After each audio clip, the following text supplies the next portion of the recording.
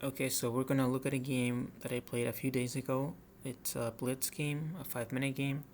I had the white pieces, and the opening was a Caro-Kann. So instead of playing the most usual move, pawn to d4, I played the bishop c4 line, hoping to go into a hillbilly attack. And my opponent goes with d5, which is the most common reply. But instead of taking the pawn here, you drop the bishop back and you sacrifice the pawn. And in some lines, you do get it back, although if black wants to keep the pawn, then he can just keep the pawn. So this next move looks strange, queen to h5. It looks like a beginner's move, but this is old theory, and here my opponent played the best move, which is a pawn to g6. The other move being pawn to e6 to stop the attack on the f7 pawn. So I drop back, and here my opponent is going to play knight f6 to defend the pawn that was being attacked by the queen. So I attack it one more time with knight to c3, and here you could just play bishop g7 and give back the pawn so you can castle, but my opponent got greedy and played bishop to f5, basically just saying, well, I'm up a pawn, show me the compensation. So I play f3, which is the idea of this opening, and my opponent took and I took. So if you count the pawns, I am down a pawn, but I do have compensation. If you look at black's pieces, there's only a bishop and a knight developed, whereas white has 4 pieces developed: the 2 knights, the bishop, and the queen. And I also have pressure along the f and e files, potentially. My opponent goes e6, which I don't like this move, and you're gonna see later on why I don't like this move. And here I castled, and like I said, now I have potential pressure along the f file with the rook. And here he played this move, which I was very surprised. I mean, I just don't like this move at all. I think it's a terrible move. I think much better is bishop to g7 to just defend the dark squares f6 and h6 on the king side, because I mean, castle and queen side just looks very risky for black. So I think this is already giving back a lot of the potential that black had in his position. So I go pawn to d4 for a couple of reasons. One is I want to bring the bishop out along this diagonal. The other is I want to stop a piece from landing on either c5 or e5. And here my opponent goes knight to d5 because his logic is, well, I'm up material, so I want to trade pieces.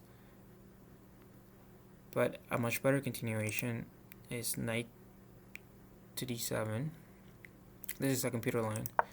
Bishop to h6 doesn't work, which is,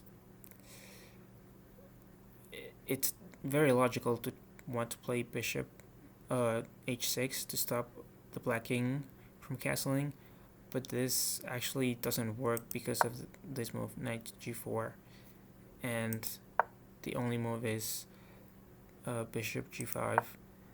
And now again, this is a computer line, so I think most humans would just take the bishop instead of playing this move. And after rook f2 takes, and after the trade of queens, I mean, black is just better. I mean, white is playing for a draw because there is really nothing for white. Now after the knight move, I played queen h6, stopping the black king from castling, and my opponent just took the knight. Again, he just wants to trade all the pieces and be up a pawn in an endgame and hopefully win that way. So a recapture. He brought the bishop back, so now he's wasted 2 moves with that bishop.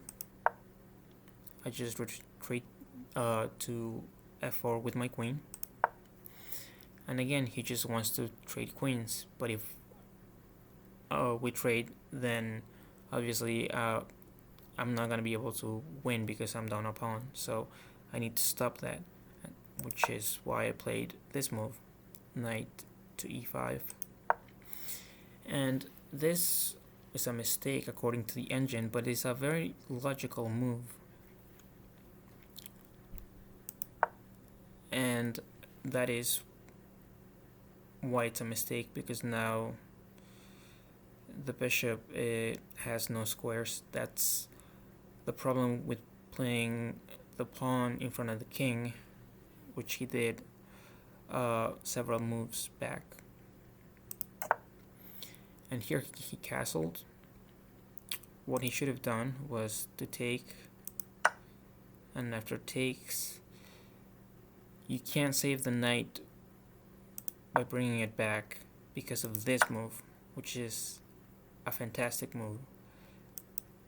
Point is, if you take the queen, there is the intermezzo taking the knight with check, and after king takes, you take back the queen, and well, white is just winning in this position. And well, after castling, I didn't play the best continuation. I mean, I just took the bishop. I should have taken on f7. Now, I mean, this is just crushing. Queen takes, bishop takes, and I mean, you can count the pieces. A rook and 3 minor pieces for black, and 2 rooks and 3 minor pieces. So this is just resigns. This is just over. But instead of doing that, I took the bishop, took back, and I took the knight. Again, taking on f7 would have been so much better. And yeah, this is a really important difference. There is the rook check, which saves both the rooks. So this is still a lot better for white, but it's not as good as the previous variation. So after taking, he took back with the queen.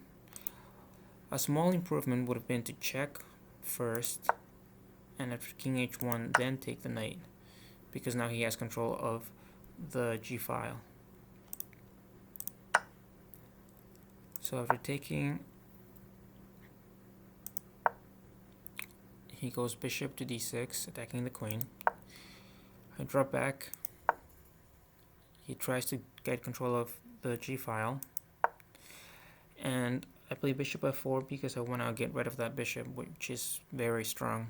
And well, I mean, I'm basically just gonna be up a piece. So he attacks the bishop. I trade and go rook to g1. Here I thought he was going to double up, but he surprised me with this move. Here, instead of playing a4, the computer suggests playing h3, which I thought it was cute because black can get away with playing this move c5.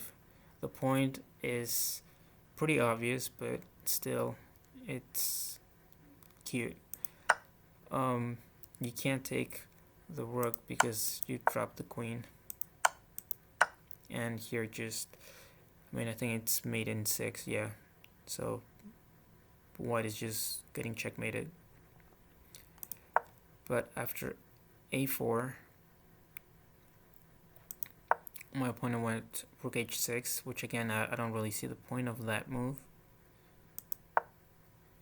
Now I play h3 because I want to start trading some of the pieces. And after this move, my opponent just blundered. He just, thanks for the queen, and he resigned. But I mean, even if he hadn't blundered, this is just winning for white.